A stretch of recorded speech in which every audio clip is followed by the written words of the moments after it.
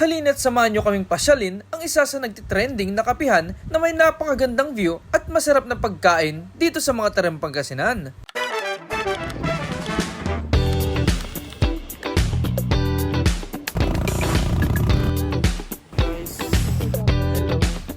Hello guys, gusto niyo bang ma-experience ang unique na coffee shop at matatagpuan lang naman ito dito sa gitna ng bukid? What? Ito ang Agkapita.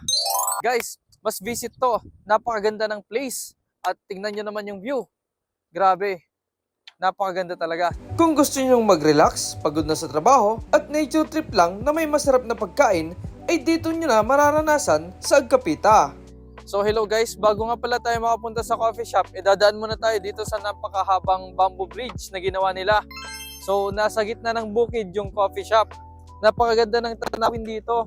Bago nga pala kayo makadating sa coffee shop, ay mabubusog na agad ang mata nyo dito sa napakagandang view.